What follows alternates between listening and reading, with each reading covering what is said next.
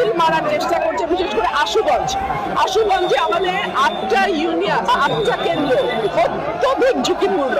দুপুরে তারা সিল মারার একটা পায়তারা করছে বলে আমার কাছে খবর এসছে।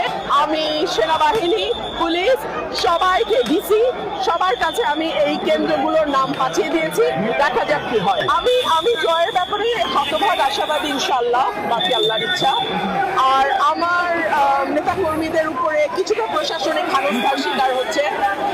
আমার দুজন কর্মীকে গতকাল রাতে পুলিশ ধরে নিয়ে গেছে। তারা রাস্তার উপরে বসা ছিল, বিকজ ওই রাতে সিল মারার একটা পরিকল্পনা ছিল খেজুর গাছে, সো তারা পাহারায় ছিল, বাট কোনো অ্যালিগেশন ছাড়াই তাদেরকে ধরা হয়েছে।